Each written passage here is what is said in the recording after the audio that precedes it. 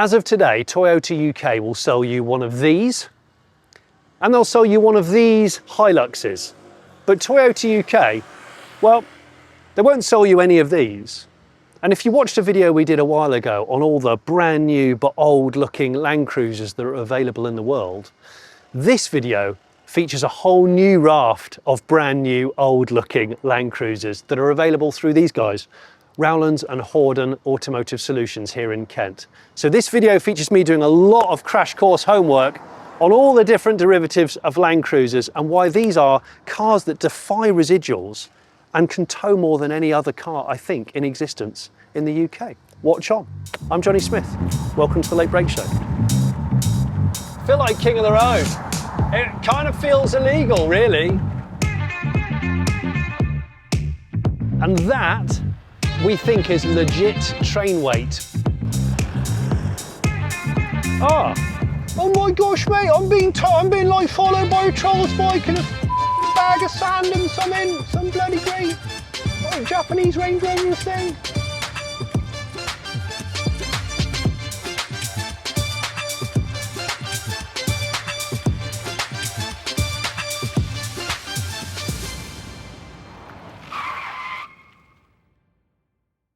So Travis, you're the man who, you and your team bring these in from all over the world. We do indeed. And you sell them in the UK legitimately. We do indeed. And these are all kinds of specs, so you don't have to buy a right-hand drive one if you don't want to. You could get a left-hand drive one if you wanted. Yes, and yeah. So what we'll do is, after the intro, I said we're going to do some heavy lifting and towing stuff today. We'll come on to that. Quick tutorial. This is the Troopy, the troop carrier shape, and I actually have reviewed this one in the previous video I did. Indeed. And I'll put a link in the description. But what are the main changes for these ones we've got here? So basically now they've facelifted the front end. Yeah. So you've got some differences, bonnet, wings, bumper, grille. They've sort of done the heritage, sort of gone with the 75 series, integrated some 40 series, and kept some of the 70 series in there.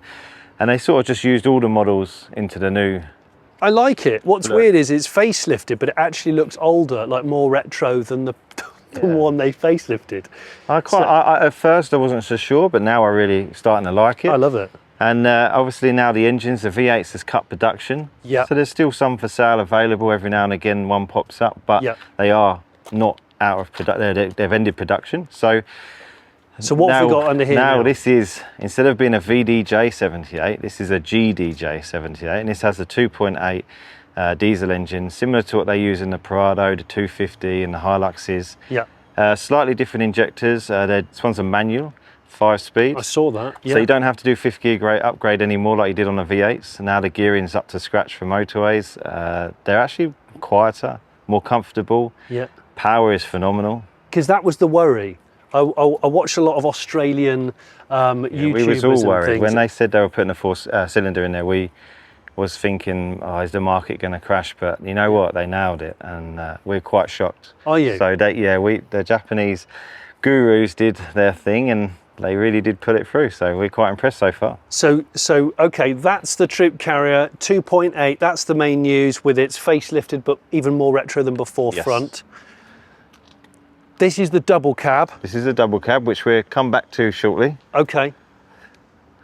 These two are single cab, your kind of entry level. Yes. Most utilitarian, simple. That's correct. So this one here, they look exactly the same. There's no difference. I know they look the same. So this one's the GDJ79 with the auto box, and they come in manual and auto depending on everyone's specification. Yeah. So now this is identical to the V8 model, which is here. Yeah. But it's just got a different heart. Okay, so this one here. This is the VDJ79. This has gone out of production. This is out of production. So this is the last one we've got. This is like the last one you're going to get. Yeah. Well, we might be able to find some more, maybe off collectors. Yeah. But they're out of production. Right. So they obviously charge a premium now if we have to buy one, but to get from the factory is no. That's the last one we got from the factory. Wow. And that was a demo. There was no more. So to be able to get that, we was quite lucky. Right. And now they're all moving to the GDJ, which is the 2.8. And you, as I said, you can have automatic or you can have manual. And right-hand drive. Right-hand drive or left-hand drive, depending on everyone's characteristics. Yeah. Some guys like to live in Europe part-time, so they like a left-hand drive. Some guys like to overland, Yeah. so they like a left-hand drive. And then you've got farmers and UK citizens here that just want a right-hand drive. Yeah. So it's a big market to everybody. It's a fascinating market to me. Yeah. Because I remember the first time I came and looked at the previous iterations, I was asking you, who buys these things? Yeah, like it's a niche market, and you know, you don't sell a lot of them, but the guys that want them need them. Yes. You know, you could just go and get a Hilux from Toyota, or you could just buy a Ford Ranger, but the guys that really want them and they don't want to be worrying about mechanical problems, Yeah. they want something that lasts, then they come see us. So that was my next question. Hilux. If people are watching this and going, why would I want this when I could just go and buy a 2.8 engined Hilux from Toyota UK right now? Yeah. Where does this beat? This is a big brother, isn't it, of the Hilux. You know, you put an empty trailer on the back of this, you don't know it's there. You put one on the back of a Hilux, it whiplashes you. You know it's there, it's a lighter duty chassis. Also the residual on them. You know, these in 10, 15 years time, they're still going to be 25 grand plus. You know, 10, 15 year time, when a Hilux, they're 6 grand. Yeah. So the residual is always there. Plus, okay, the mileage, you're not going to have the 1,000,000 kilometre engine. You're more likely to have a 400 to 500 kilometre engine, but Yeah. the engine's a quarter of the money. So let's say you do have a mechanical issue, which, you know, Toyota are not known for. Yeah. It's a pallet engine's like £6,000 to £8,000 delivered. So you've already looked With at this? injectors, Or have you already bought them? auxiliaries, yeah. No, we've just looked into inquired. it, just inquired and 6 asked. to 8 grand delivered and you've on got a yourself, pallet. yeah, so say you do 300,000 miles and you think, all right, she's sounding not so great. It's not hard, is it, just to order another engine? And when you've got a residual that far up above the Hiluxes, there's no comparison. And also your solid front axle, the thickness of the chassis is more. Yep. The general capability of them is far more superior than a Hilux. Right, right. Interesting. This is so this is absolutely the ultimate built for purpose. At the end of the day, what I do is we put the triaxle on the back of one of our Hiluxes, and you can just quickly shoot up the road, a quick 3-minute drive empty, and then we do the same on the back of so a double cab versus a double cab, and you tell me what the difference is. Okay, there you go. So I'm going to take an empty Hilux with an empty 6-wheel trailer, three axle trailer, up the road, completely unladen, see how it feels, do the same with an LC, and hopefully I'll be able to tell the difference. 100%. Now I apologise for teaching Granny to suck eggs, but if you've never driven a tow vehicle unladen, it does tend to feel worse. It will pogo around a bit. It's very pot-marked here, just coming to the end of an industrial estate. The hitch is the same height and spec hitch that's on Travis's own Hilux. And of course, the Hilux has got a leaf spring back end, the same as this. Different front suspension, but leaf spring back end, but different grade of chassis. I mean, this trailer on its own is about 850 kilos. So it's a serious triple axle. Great takeoff. I'm not even using the power haul button. So the only reason why I'm driving this is just to compare unladen truck with unladen trailer to unladen truck, unladen trailer. Same road, it's not far distance. You sit deeper in this, you definitely sit deeper, but you do get this pogoing, and you sort of get the push me pull you thing going on. Now the setup of the Hilux is not a lot different from the Ranger and the Amarok from memory, but we've used this Toyota Hilux because it's Toyota, and it definitely feels more jiggly. It really does. I don't know if you're getting it on camera, but it's like someone's on the back of my seat just dabbing me. And I can actually feel my moobs moving, and I didn't think I had them.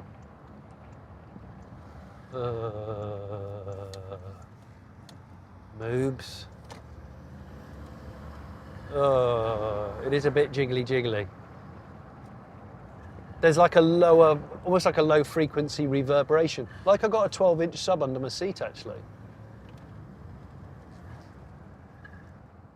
Right, so 79 series single cabs. Yes, and don't forget we've got the wagon versions, the GDJ76 as well, which is the family version. So this is a GDJ76 series. This 76. is the 4-door wagon version of the 70 series range. Yeah. This is typically what you'd buy for, say, overlanding with your family, just as a family car. This is great. They're slightly shorter than the 79 series, which is the pickup form. Yeah. And they're a fantastic unit, and they drive so modern. Do they? It's absolutely, now with this new 2.8 engine and the auto box, they're like a daily. Absolutely fantastic. I like it. I do like this a lot. Yeah. And you know, if you're a farmer and you work around tight lanes, you know, around Wales, Scotland, and maybe you need something a bit shorter, maybe you need this.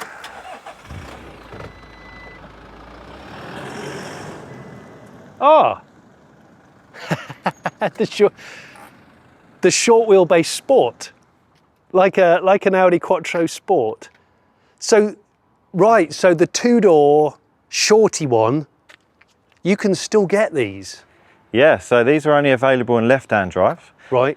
There's a massive demand for this model. Yeah. So they're very hard to get, and they charge a premium. Right. To try and buy them from the factory is quite hard. So you end up having to go to dealerships, different provinces around the world to try and buy them, and they just are a little bit expensive compared to the rest of the models. But people desire them and they love them, and there's a real big love for them.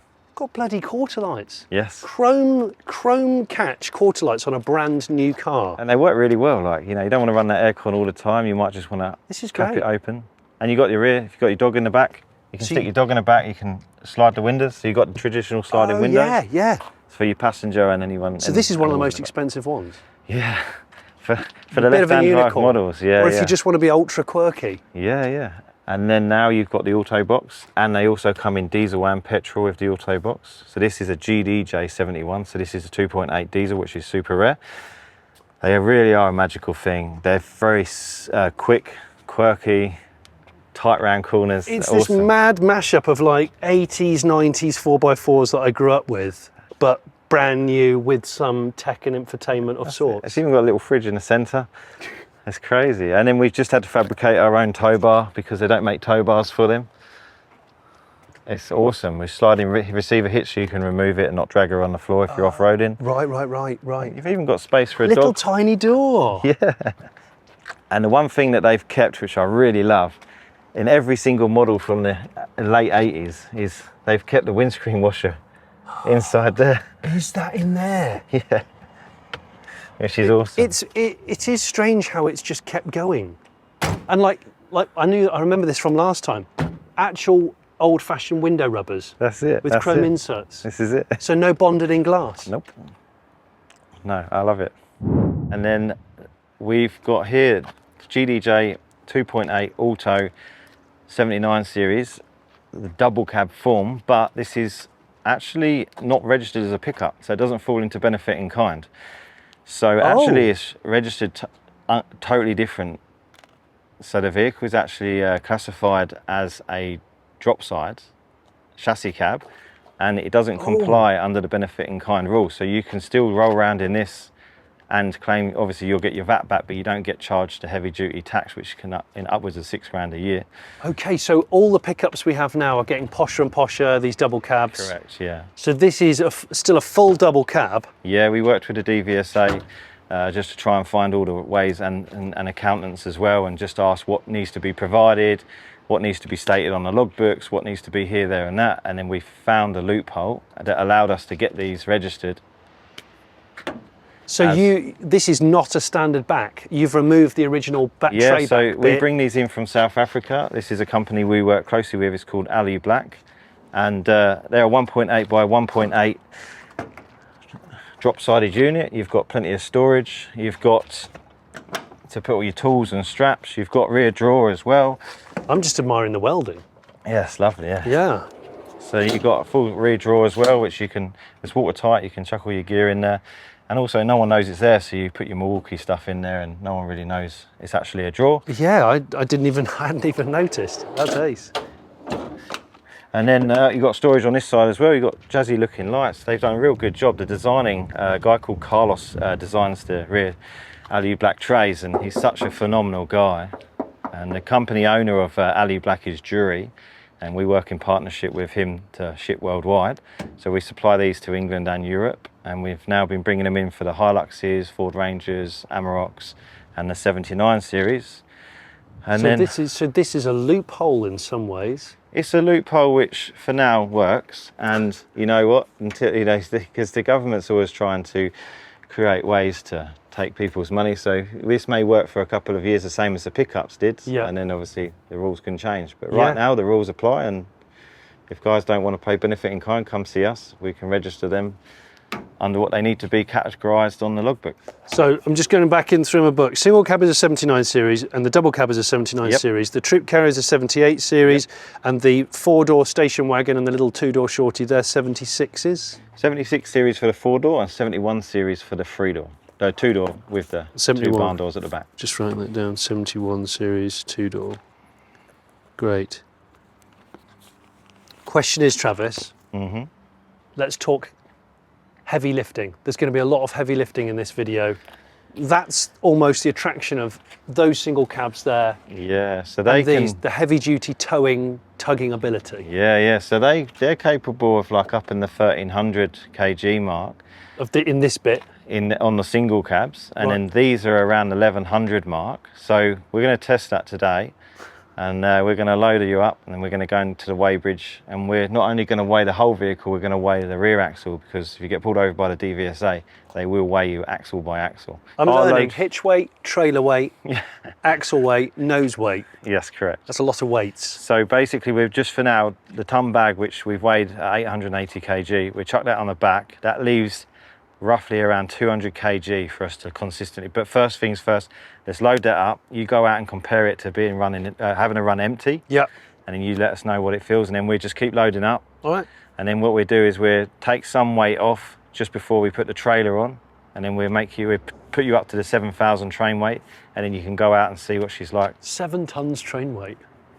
Bloody hell. Go on then, get your forklift out.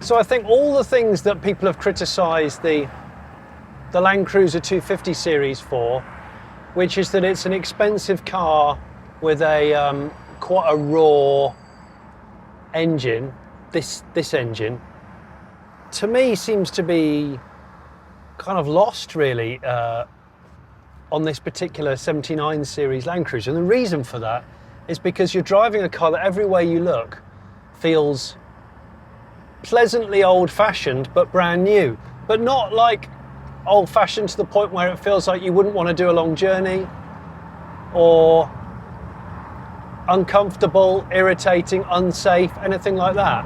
And the thing that it's got over the Hilux, aside from what Travis has said, that it can actually carry more, and it's got a heavier duty chassis, and the residuals are just so much higher on these particular LCs. It's amazing, really. It's spooky. You know, you can buy one and really put it to work. And that was the theory for the Ineos Grenadier. But the reality of the Ineos Grenadier, to me, seems to be that actually the residuals are not very good at all. They've been struggling to sell since the prices have crept up. Straight axles, front and rear. I've got the window cracked open. Straight axles, front and rear. Coils at the front. Big selection of leaves at the back.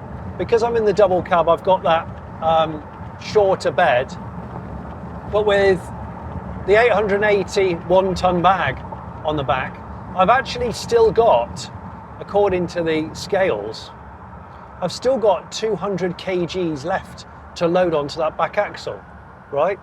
So I could stick another load on there. Now, the whole weight thing gets quite confusing, and hopefully you are following it, but what Travis is saying is, if this was a Hilux, I wanted to load my mini digger, let's say, onto my heavy duty trailer. I couldn't also take the buckets for the mini digger and also a ton bag or so of stuff to a job, if I was a contractor, let's say, whereas with this, I definitely can.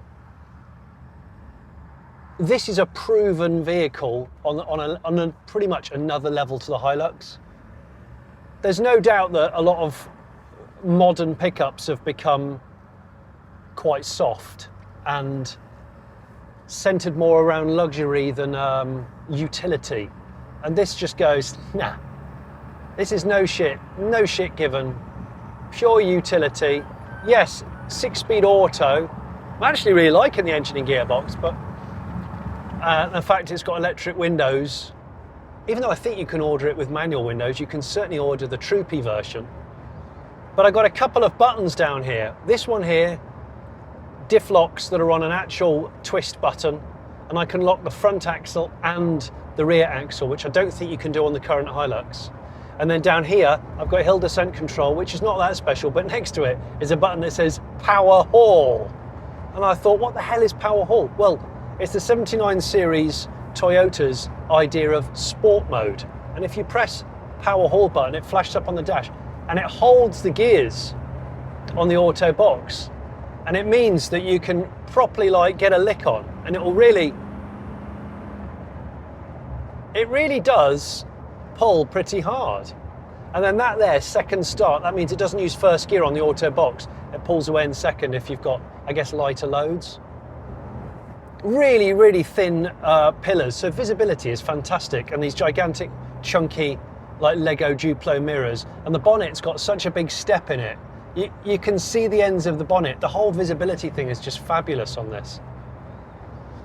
Completely analog gauges and real old school stuff like voltage for the battery, which, and also oil pressure. That's as big as a screen should be in a car, really. You've got Android Auto and you've got Apple CarPlay and stuff like that, but it's in a discrete little tablet with a distinctly 80s digital clock there next to the embossed Land Cruiser bit on the dash. You might notice also that there's blanking pads here on the steering wheel for where buttons could go. Well, Travis said that customers can order these, and what they do is they fit them afterwards. So you can order it with just nothing if you want, because a lot of farmers and people like that, they get muck and grime in there, and that's the other reason why these are only ordered by RHAS with rubber mats, rubber flooring, because carpets just get destroyed and they go skanky very quickly. I actually forgot that I had the ton bag in the back. I've just checked the rear view mirror, and I noticed the back window has those slide opening windows, which is great. Just remember, a lot of people have said that the 4-cylinder, the 2.8 common rail diesel, you know, there's no way it's going to be as good as the V8. Well, it's got more torque than the V8. It's got 500 Newton meters of torque. I think the outgoing V8 was 450 Newton meters, and it's got more horsepower as well. This is 201 horsepower. I think the V8 was 180, something like that. The V8 didn't have a turbo. This obviously does. Yeah, a lot of people that buy these are really keen on that dial that I told you about, the physical dial to diff lock front and rear axles, which is important. And then you've got the stick down here by my left shin. Again, physical gear stick, a bit like the Suzuki Jimny, which goes, you know, 4-wheel drive high and low, 2-wheel drive high and low, instead of it being on a rotary dial like I think the current Hilux is. So the current Hilux can't lock both axles, and it doesn't have this on a physical stick. And all these analog features are what are valued by the customers. You know, if you're wanting a utility vehicle that kind of looks old school but does everything and is a bit of an apocalypse survivor, this is it. But if you're expecting sheer luxury, this is not it. But I must ask you this, what's your idea of luxury these days? Because, you know, there's comfort and then there's luxury. You can have a comfortable car that isn't luxurious.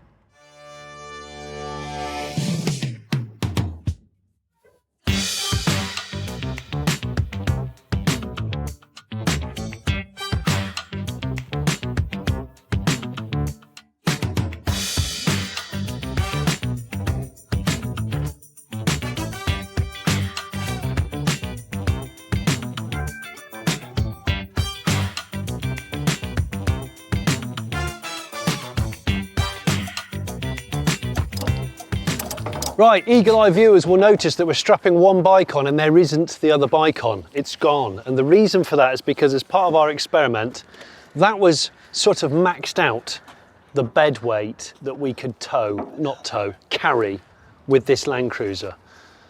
Then Travis says, yeah, but obviously we're trying to show you what we can carry legit, including on the tow hitch.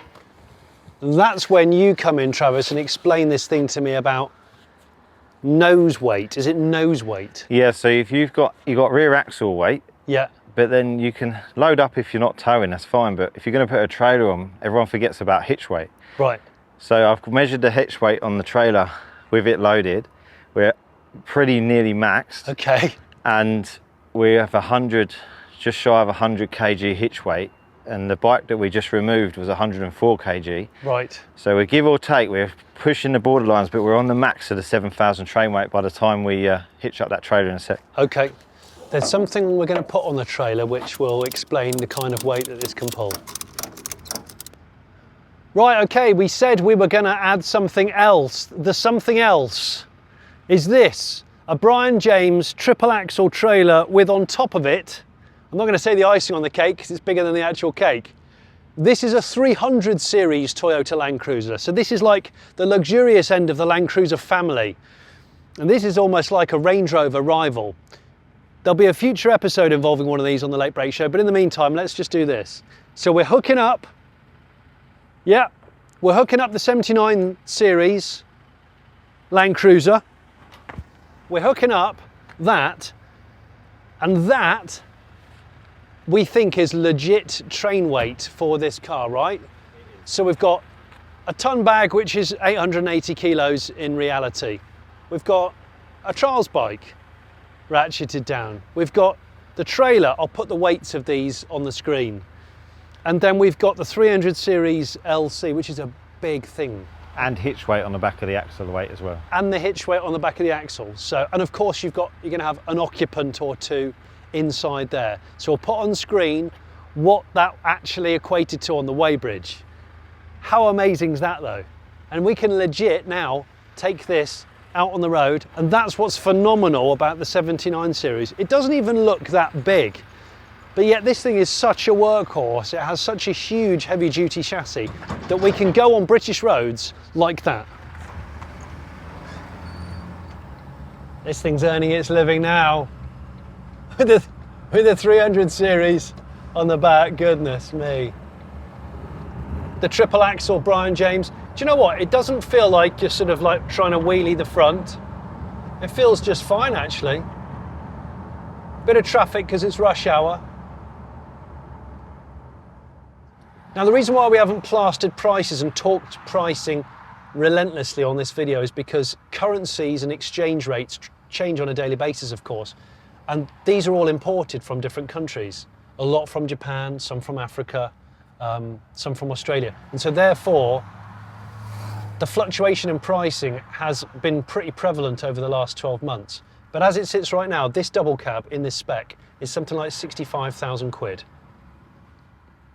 Now that's a lot more than the current Hilux, base model Hilux, which is what, 38? Something like that, plus VAT.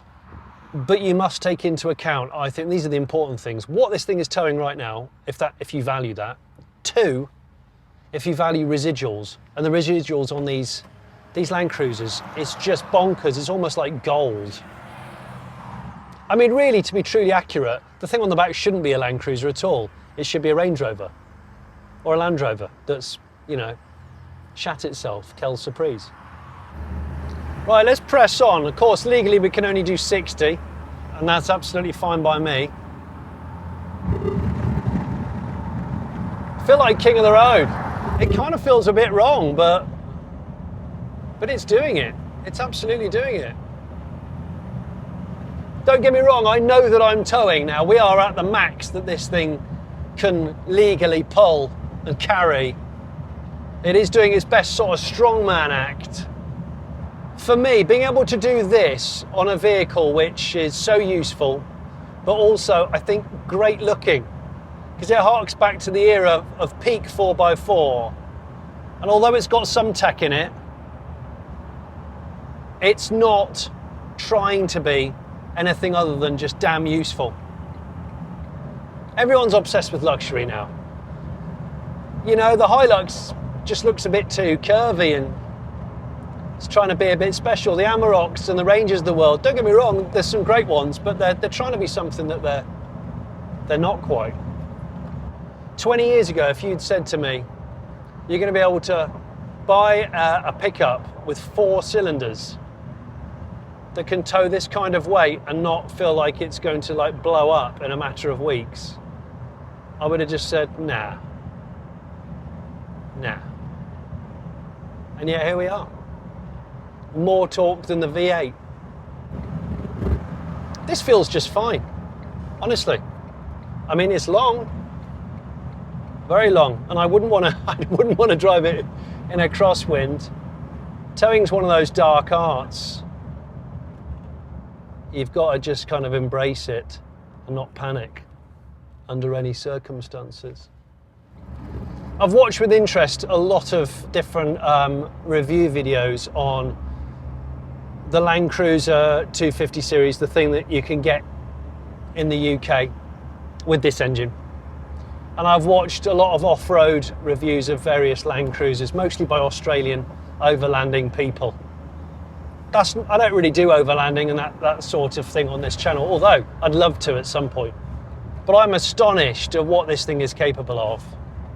And I love the fact that Toyota still make it. I mean, it would be great if they were to one day bring it into the UK. But what I love about this is I can go and buy one. I can order one through RHAS International, and I've kind of got a car for life if I wanted.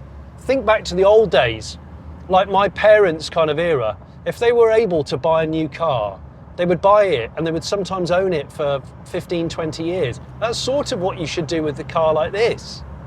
It's almost, when I reviewed the Ineos Grenadier ages ago, and I'll put that link on screen and maybe in the description as well. Thinking back to the Ineos Grenadier, that was the premise for that car. You pay that kind of money for a rugged vehicle that kind of rides out the residuals and just lasts. Makes sense. And here we are at 60 miles an hour. And honestly, it feels just fine. It feels just fine. It's even still comfortable, actually. As you saw before, when it's unladen, any vehicle with this amount of leaf springs and stuff, when it's unladen, it does tend to kind of feel a little bit hoppity.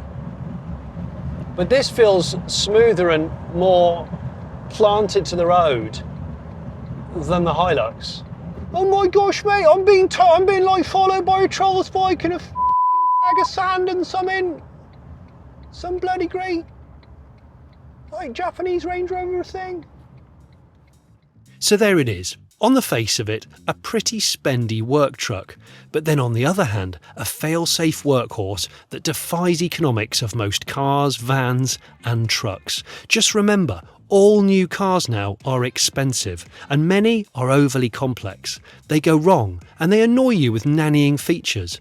The 70 series Land Cruiser does nothing of the sort, and that's why buying out-of-date new cars is the most future-proof thing you can probably do. Would you buy one? Maybe you have bought one. Let us know in the comments. And if you haven't already, I'd love you to subscribe to this channel and delve into our back catalogue. Thanks for watching.